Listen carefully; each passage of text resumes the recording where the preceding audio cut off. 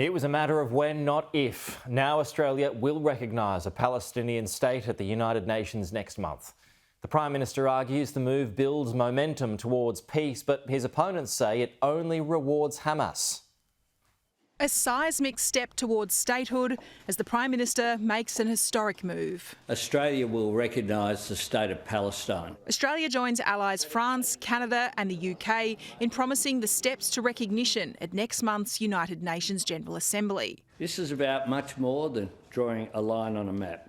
This is about delivering a lifeline to the people of Gaza. That backing hinges on a guarantee that terror group Hamas, which controls Gaza, plays no role in a future government. This is an opportunity to isolate Hamas. Ahead of the announcement, Israel's Prime Minister had made his view clear. It is disappointing, and I think it's actually shameful, but it's not going to change our position. The pair spoke in a rare and lengthy phone call last Thursday when Benjamin Netanyahu tried to talk Anthony Albanese out of recognition. I've said it publicly and I said it directly. The situation in Gaza has gone beyond the world's worst fears. Australia's support for statehood hinges on a reformed Palestinian Authority, the governing body of the West Bank. Unlike Hamas, the Prime Minister says PA President Mahmoud Abbas has committed to ensuring Israel's right to exist in peace, committed to demilitarise and hold general elections. This is a practical contribution towards building momentum.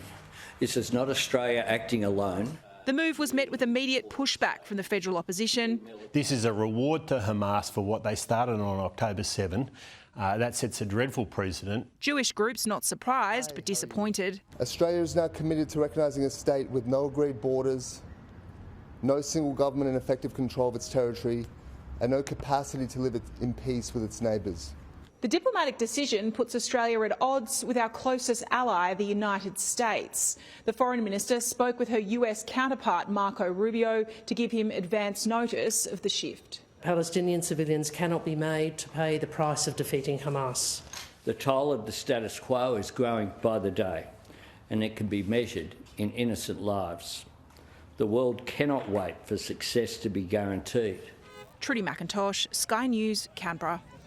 And there was some strong reaction overnight to the federal government's decision to recognise a Palestinian state. Some politicians claim it's a historic day, but differ on whether it's historic for the right or wrong reason.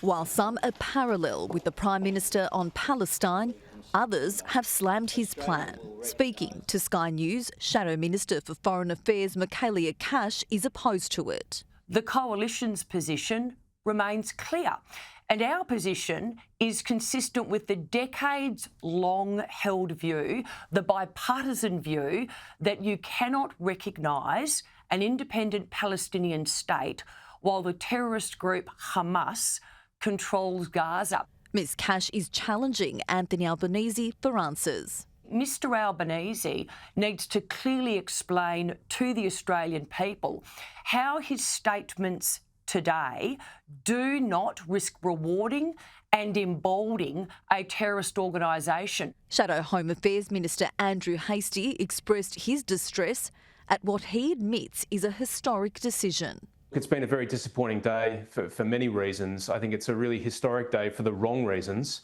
The Albanese government has recognised and empowered and rewarded Hamas with their decision to acknowledge a Palestinian state and at the same time diminish an important democratic ally and friend in Israel. And One Nation Chief of Staff James Ashby says he's appalled by the Prime Minister's decision to break a promise in Parliament. This is one very naive Prime Minister that has broken that bipartisan agreement that we had in the Parliament that we wouldn't recognise them until peace had been struck. But former Labor Senator Stephen Conroy supports Anthony Albanese's announcement. Hundreds of thousands of people marched in Jerusalem and Tel Aviv against this ongoing war and this announcement of the annexation of Gaza.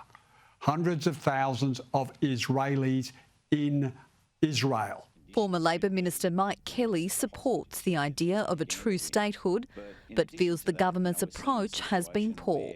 We still have these hostages being held in the Gaza Strip, and I would call it immoral to go forward with recognition unless you made, even if you did want to make that step, which I think, and I applaud the government for actually starting to realise they've got to apply conditions to this, but you want to see those conditions delivered on, not just commitments. I think that Mr Albanese is clearly very naive or does not understand history. This is a dark day for our relationship with Israel, and I think it sends the wrong message to Hamas and other terrorist organisations around the world.